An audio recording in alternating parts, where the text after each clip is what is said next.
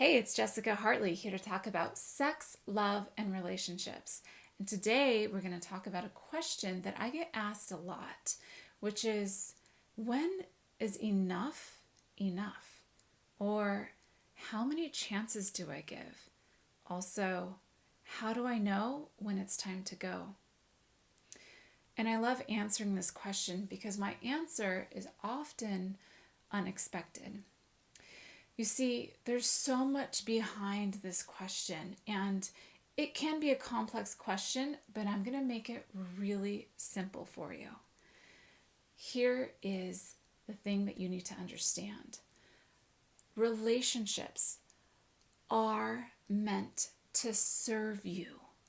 See, we all need relationships. We have this need for belonging that is embedded inside of us. And we share that belonging and companionship through relationships. Now, of course, we have so many different types of relationships that we could have. But when it comes to a love relationship, this is a very sacred relationship because there is no other single relationship that can help you grow so profoundly in your own life. It is one of the biggest blessings that we are given and gifted with our time on earth. And if you know how to work through the roadblocks and conflicts and things that come up inside of the relationship, then you can use the relationship as it's meant to be for your growth and for their growth and for the relationship to grow together.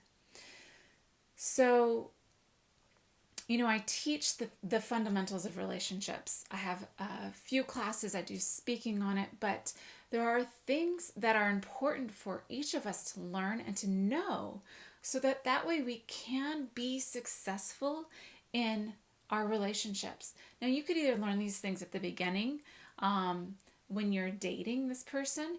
You could learn them as you're trying to find your soulmate or your life partner, depending on what you believe. You could also learn these before you get married. You could learn them in one of your biggest conflicts in the middle of your marriage. Or you could learn it by repeating the same mistakes over and over and over again. And unfortunately, that's how most people learn them.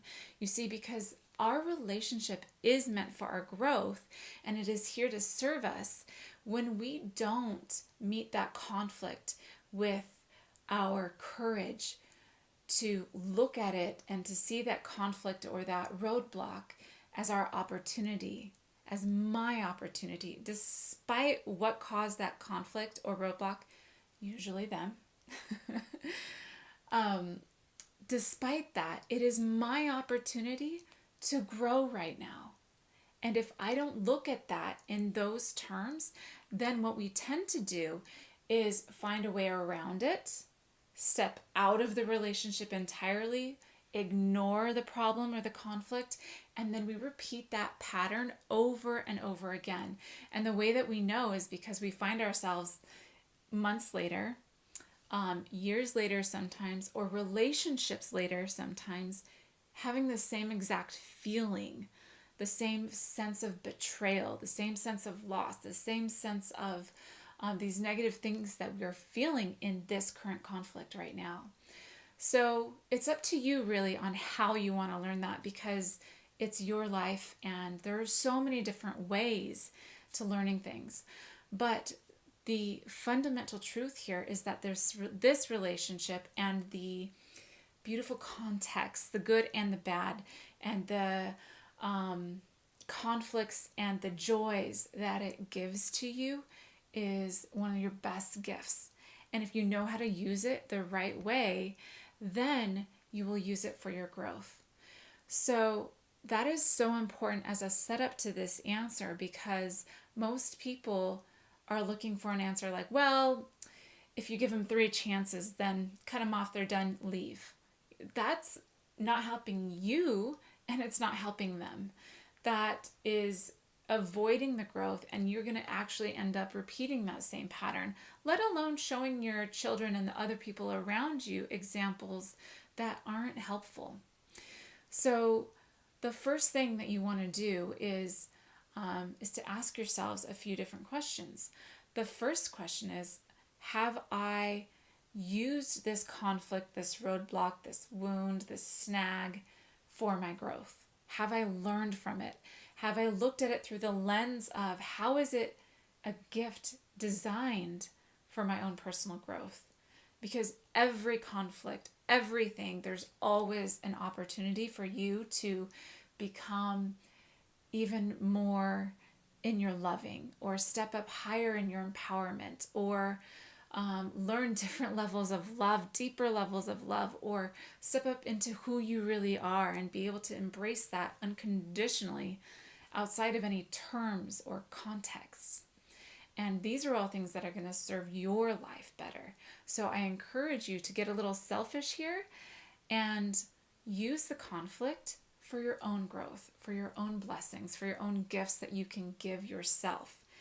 And use it now, learn it now instead of later, where you're just going to take more time, cause more chaos along the way. It's not necessarily the wrong way to go about it, but it's definitely the harder way to go about it, by not looking and learning from this conflict and this thing right now and rising up to meet yourself where you're being called into.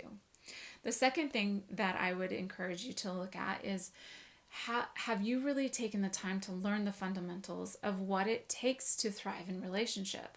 Again, so as I said, these are things that I teach. There are fundamental principles that are important to have at the foundations of a relationship if you want it to thrive. There are things, just principles, ways of being, but there are also being able to understand how to navigate and how to move through conflicts back into connection. Because whenever we're experiencing conflict, it's our opportunity to be able to move through it and back to connection. It is not meant to bring us further away from the connection, because we all know that we started with a deep connection. That's why we married the person, or that's why we were drawn to the person. So how to be able to move through those conflicts and back to connection. Another principle that I often teach, or that I feel is essential, is being able to speak your voice and to be able to say what you mean, to have that self-honor, that confidence, that respect, to say what is important and meaningful to you in a way that will be heard, understood, and really well received by the other person. And then beyond that, being able to build and maintain trust is another thing that is essential to be able to have a thriving relationship. Trust and connection over the long haul. And speaking of the long haul, being able to maintain the passion and the desire and all of the beautiful physical ways that you share connection with each other in the long haul. Because that's one of those things that starts to get so mundane, for lack of a better word, or the same old, and how to be able to keep that passion alive inside of a long-term marriage and relationship.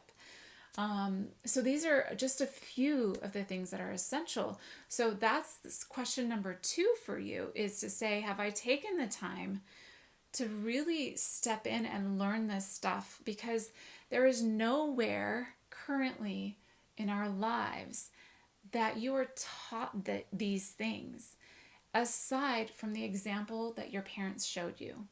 That's the only place. And if the example that your parents showed you was not a good one, you're on your own. It means you have to take responsibility now for this.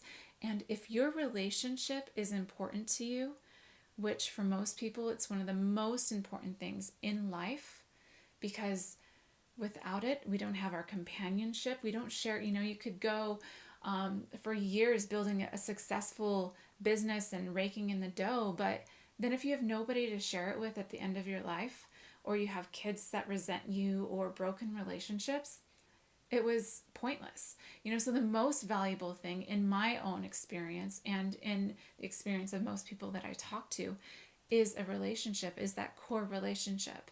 So again, whether that be with that love of your life, with your marriage partner or your life partner, or a parent, or with a very important friend in your life, relationships are essential. They are the most important canvases for us to work and love and experience joy from. So, tangent. So what I want you to ask yourself really is, have I taken the time to nurture my relationship and made it important in my life? As much have I invested my time and my energy and my willingness and my attention into that as much as I do anything else, if not more? Okay, so that's question number 2. And if you haven't, go invest that time and energy. Get your priorities in order. Don't spend time doing things that are not as important as that. That is at the core. It's essential. And then number 3 is, if you've done that first thing and you've looked at it and you've overcome and you've really felt yourself growing from this conflict and found yourself into a better place of peace, and that's how you know when you're here for question number 3. You can ask yourself, to just the prep for question number 3 is, do I feel a sense of peace? That does not mean, am I still triggered by it? Does it still disturb my peace? It means I have a sense of peace about it, a sense of acceptance with it. If you don't have that sense around the conflict that you're facing right now, then you're not ready for question 3. Then you need to do question 1 and question 2. Okay, but if you do feel that sense of peace, if you have completed those, then you're ready. And that question is, how does it feel for me right now if I go? What feels better for me?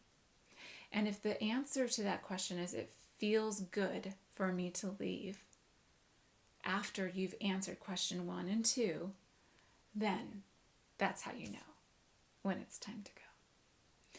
Most of the time, the answer is no to that question, or the question literally does not have to be asked, because you've overcome the struggle, the roadblock, no matter how big it is. Sometimes these roadblocks are just stones piled one on top of the other, and it's this big mountain that it looks like you're facing right now.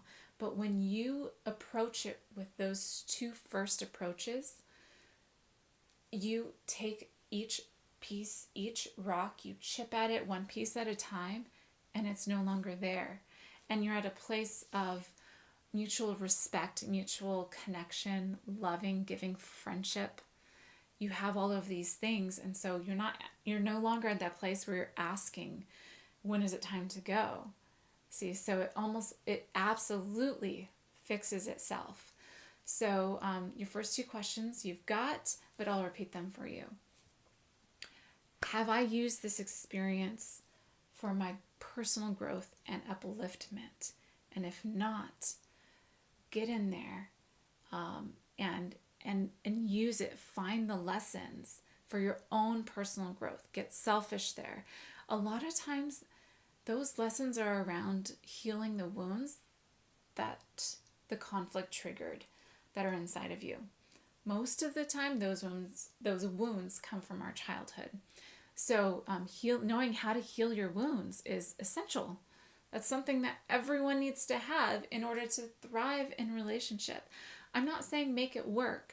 I'm saying thrive. Because who wants to make it work? That's like half happy. It's like compromise. It's like, all right, fine, I'll do this and be sort of happy. No, we're meant to thrive, you guys. So please go for that. Go for that. Reach for the stars, and you'll land in the clouds. You'll find a sense of joy and happiness. And it doesn't mean that you won't face more conflicts.